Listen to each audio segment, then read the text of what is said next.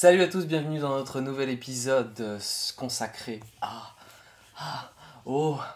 Injustice. Oh putain de merde. Première partie. Est-ce que t'es sérieux? Des fois. Au scénario de ce comics, on a Tom Taylor, qui est notamment connu pour cette saga Injustice, sur laquelle il a travaillé sur une bonne moitié, la première moitié. Il a aussi fait du Batman Superman, il a fait du Earth 2. Il a aussi travaillé sur Star Wars, quelques Star Wars, donc des comics que nous n'avons pas lus. Et ensuite, il a travaillé sur New Wolverine, donc il se balade un petit peu aussi à droite à gauche. Et au dessin, on a plusieurs dessinateurs qui succèdent. Alors sur celui-là, il n'y en a que deux sur le tome 1. Ouais. C'est Rapak et Miller. Qui n'ont pas un background suffisant pour qu'on puisse détailler leurs Voilà, activités. qui se faire foutre. Ça commence avec Superman qui est manipulé par le Joker et qui va prendre Lois Lane pour Doomsday puisqu'il est complètement intoxiqué par quelque chose qui le rend fou, la martelé de coups de poing, donc il va tuer sa propre femme qui attendait un enfant de lui. Ça s'enchaîne directement avec la destruction de Metropolis par le Joker, encore une fois. La ville de Superman détruite, la mort de Lois Lane et de son enfant. On s'attend à voir Superman changer à jamais. C'est la fin du Superman gentil qui va péter une durite. C'est la création d'un nouvel ordre, celui du dictat de l'homme d'acier.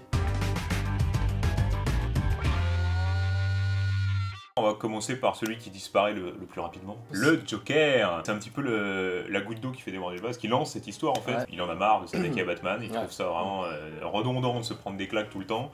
Donc il se dit, je vais monter un plan machiavélique pour cette fois m'attaquer à plus haut et faire tomber Superman. Puis il se dit bon voilà, avec Batman, bon on s'amuse bien, c'est rigolo, il y a des petites castagnes de temps en temps, mais ça reste un homme quoi, alors que si je fais péter les plombs à Superman, adieu quoi. Ouais, qu'est-ce qui va se passer? Qu'est-ce qui va se passer? Et là on va bien rigoler quoi. Ouais c'est ça, ça fait marrer. La mauvaise blague donc m'amène à parler de Superman. Tu perds ta femme qui est enceinte, tu perds ta ville, tu prends le temps d'encaisser un coup, il part dans sa forteresse de solitude, il est très touché pendant une bonne semaine, il va pleurer. Forcément, hein, il est détruit le bonhomme, hein, c'est la première fois qu'il est autant touché, je pense, par un tel cataclysme. Quand il revient, on sent qu'il y a un avant, un après, c'est très bien montré par le dessin, puisque il se laisse pousser la barbe, complètement en dehors de ce qu'il a toujours été, c'est-à-dire dans le contrôle, dans l'analyse. C'est terminé, Superman, on commence à comprendre tout simplement que Superman veut prendre les rênes en fait de la planète. Pour faire face à Superman, qui est-ce qu'on va avoir? Le grand Batman. Eh oui. Il est blessé de ce qui est arrivé à Superman, on le sent. C'est son meilleur pote quoi. Même s'il y a des petites claques qui s'échangent de temps en temps, c'est quand même un de ses meilleurs potes. Du moins ce qui ressemble le plus à un ami de Batman. Il essaye de le ramener dans le droit chemin au début. Alors au début il essaye de parler gentiment, un peu moins gentiment, un peu moins gentiment, et puis au moment il comprend pas qu'il a affaire à un mur. Superman ne veut pas changer, il est dans son truc, et le conflit est inévitable, donc Batman va monter une résistance. La résistance. Voilà. Mon avis sur ce comics va porter sur la première année en entière, donc il y a 2 comics par année. Mon avis est excellent. Pourquoi? Parce que ça change. Vraiment Injustice, ça change. On pousse les potards à fond. C'est un Elseworld, voilà, ça a été écrit suite au succès du jeu vidéo. Et on sent que les auteurs, ils ont un peu carte blanche sur la puissance qui peut être dégagée par les super-héros, sur ce qui peut être cassé, sur ce qui peut être tué. Il y a plein d'auteurs qui ont écrit sur Superman.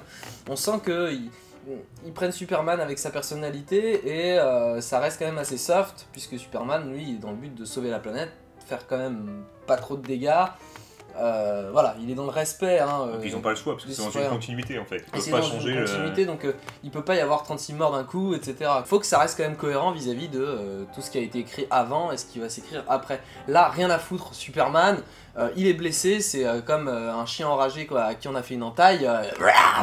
On sent vraiment que Injustice égale puissance, d'ailleurs je l'ai expliqué dans une vidéo précédente, et puis les dialogues restent bons, on reste quand même sur quelque chose qui est quand même relativement bien écrit. Banco, moi je vous dis les amis, banco, bordel de merde. Alors moi au niveau... voilà. Ouais. Assez d'accord avec toi mon Murdoch. Eh oui. Et ça c'est assez rare pour lâcher un pouce bleu. Ouais, grave. Très très bon comics, je trouve que déjà c'est un Elseworld, donc comme tu l'as dit, un Elseworld c'est carte blanche pour l'auteur, il peut faire tout ce qu'il veut, il a le droit, tu vois, et c'est cool parce que quand on lit du Superman, enfin moi je parle pour moi, hein, c'est mon avis encore une fois, hein, ce n'est pas, si c'est universel d'ailleurs, c'est mon avis, ouais, c'est le meilleur. ton avis, voilà, allez vous faire enculer. Moi une lecture de Superman je trouve ça frustrant, parce que Superman on sait qu'il a de la réserve, mais il s'en sert pas bordel, et là... Il s'en sert, enfin quoi, ça fait des années qu'on attend qu'il s'en serve, et là il cogne. C'est une victoire du Joker, au final. Ah oui. Moi c'est ça que j'ai trouvé cool aussi dans cette histoire, c'est que le Joker gagne. Ça fait des années que le Joker se bat contre Batman, qui se prend des branlées, Ouais. et là, enfin, on a un plan du Joker qui va jusqu'au bout. Et ça prouve encore une fois qu'il est moins bon que Batman, puisque sa seule victoire, bah, C'est pas moi qui l'ai dit. elle appartient au pétage de plomb de Superman. Voilà. C'est juste une toute petite aparté sur la suite de la saga. L'année 1 est excellente, Ouais. l'année 2 est encore meilleure, et après, ça se dégrade. On sent qu'ils ont envie de faire n'importe quoi. Alors au début, ils ont... Enfin, n'importe quoi dans le sens... dans le sens badass, quoi, tu vois. C'est la fête. Tu vois, ils y vont par tâtons, tiens, on va tuer tiens, on va tuer et puis alors, tiens, machin, il va se passer ça, il va se passer ça. Puis alors, on monte les échelons, alors au début, ça prend, on y croit, et puis petit à petit, on sent qu'ils font des trucs, et puis ça devient Ouais, n'importe ça quoi. devient n'importe quoi, mais ça reste drôle. Tu vois, Là, c'est là que je suis pas d'accord. Moi, j'ai lâché à partir de la fin de l'année 2.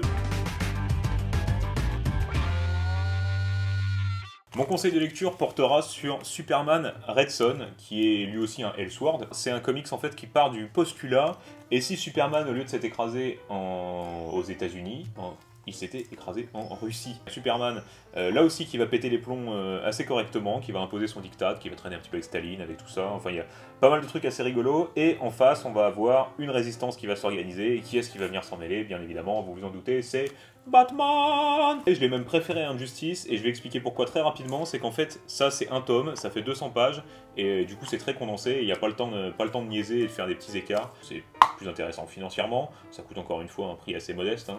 Et il n'y a qu'un tome, donc foncez les gars, c'est vraiment un cadeau, un petit bijou, ce comics. Bisous.